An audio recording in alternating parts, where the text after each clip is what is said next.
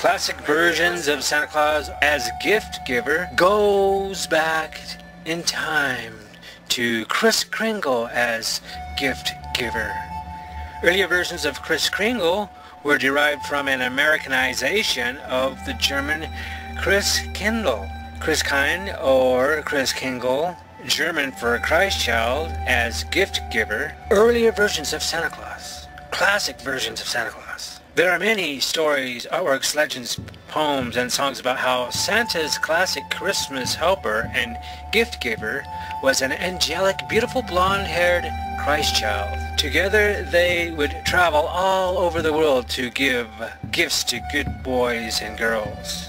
A classic example of this is found in the front piece of the very first The Strand magazine, January 1891.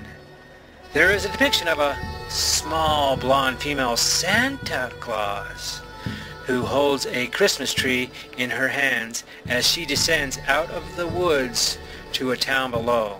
In earlier classic Christmas times, Santa Claus and the Christchild sneaks around towns with their gifts, which they then place in shoes, stockings, and under Christmas trees.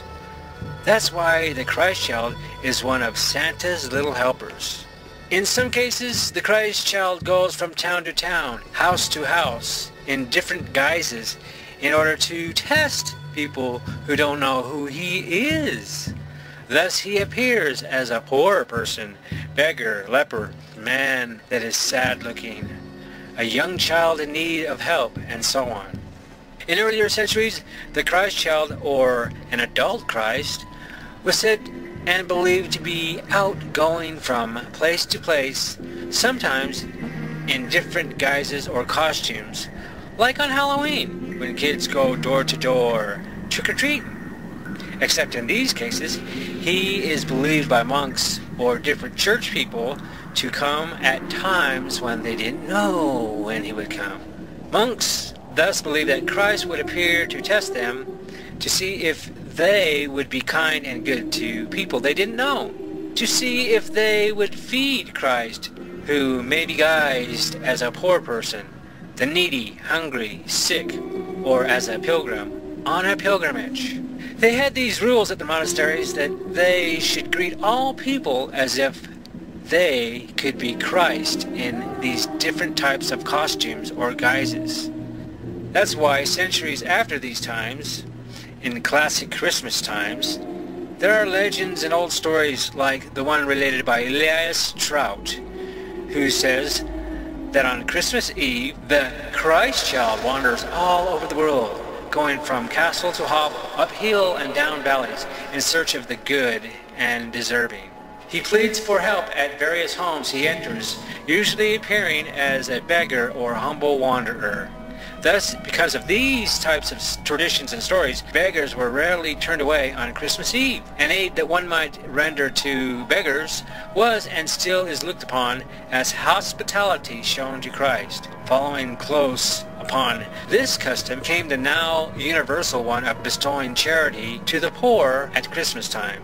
People in different parts of the world will light a candle and place it in the window to light the way of the Christchild, who is said to be out walking around from home to home. He sees the flickering light in the distance and knows that he will be welcomed into the home. Now millions of Christmas lights shine on many homes after electricity and lights were invented. Many people believe they represent how Christ is the light of the world that shines all over the world and lights up the darkness of the underworld too.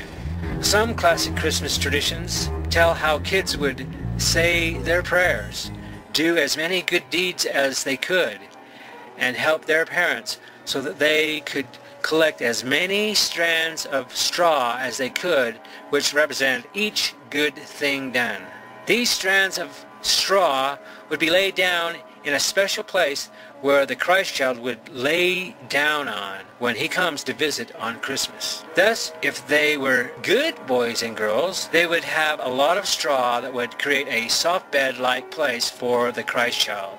In Russian folk belief, St. Nicholas, who is another version of Santa Claus, goes with Christ on his pilgrimage through Russia in some of the many legends on this subject. In some traditions about how tinsel came about, spiders are said to have left webs on the Christmas tree. Thus, when the Christ child roamed by, he changed them into gleaming threads of gold and silver. In Finland, they paved the way for the Christ child to walk on a huge green carpet by laying down on the ground a lot of pine boughs. In so doing, the Christ child would have a huge green carpet to walk on when he passes through the town. One of the traditions is that people in Finland would lay down a bunch of pine boughs. In France, kids would hang up stockings and place shoes by their beds for them to be filled with gifts delivered by little Jesus. In Bavaria, Austria, and South America, children write and dictate letters for the wandering Christ child to bring the gifts they hope for. In Germany, the letters are sprinkled with sugar so that they sparkle and catch the Christ child's eye as he passes by. A place at the table is left open in case the Christ child comes for classic Christmas dinner times. The Christ child sometimes goes through the keyhole or an open window or suddenly appears during Christmas times. There's a story about little Jean. This is the story of a small boy who hops on one foot all the way home because he gave one of his shoes to a child who didn't have any shoes and whom he didn't know was the walking Christ child. In 1900, P.D. Rue relates this old Christian legend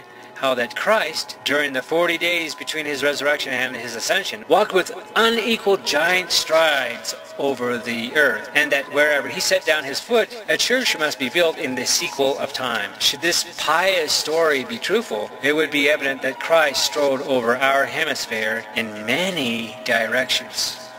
David Hatcher Childress notes that, according to the records, Jesus journeyed to England and Europe. This was only the beginning of his post-crucifixion travels, and other legends say that he travels back to India and Tibet. It is at this point that Jesus began his worldwide trek, which included crossing the Pacific to North and South America. In earlier traditions, the wandering Christ child, or Christ, he is depicted in many artworks appearing to St. Christopher, St. Dorothy, St. Augustine, St. Nick, or St. Nicholas, and many other saints. Fra Angelico depicts Christ the Pilgrim in a 1440 fresco. During the 6th century, St. Benedict's rule, he presents a rule for the reception of guests, and it was that they were to see Christ in all who come to the monastery. Let all guests that come be received as Christ himself, for he will say, I was a stranger, and you took me in. Early Christian Clement of Alexandria, 153 through 217 AD, wrote, the Savior also exerts his mind because it is his work to save, which accordingly he also did by drawing to salvation those who became willing by the preaching of the gospel to believe on him wherever they were. Early Christian Tertullian, 145 through 220, wrote that in passing through the entrances to the different nations of the world, Christ extended his kingdom into all the nations of the earth, everywhere. For whose right hand does God the Father hold but Christ his Son, whom all nations have heard, that is, whom all nations have believed. The early Christian scholar and apologist Origen, 185 through 254 AD, wrote while responding to the ancient critic Celsus that the Christ of God that shows his superiority over all rulers by entering into their several provinces and summoning men out of them to be subject to himself. In the Book of Mormon, we read about how that Christ appeared to the people in ancient America. Thus, I believe in Christ who went to other nations around the world. And the later legend about that is Santa Claus, who goes through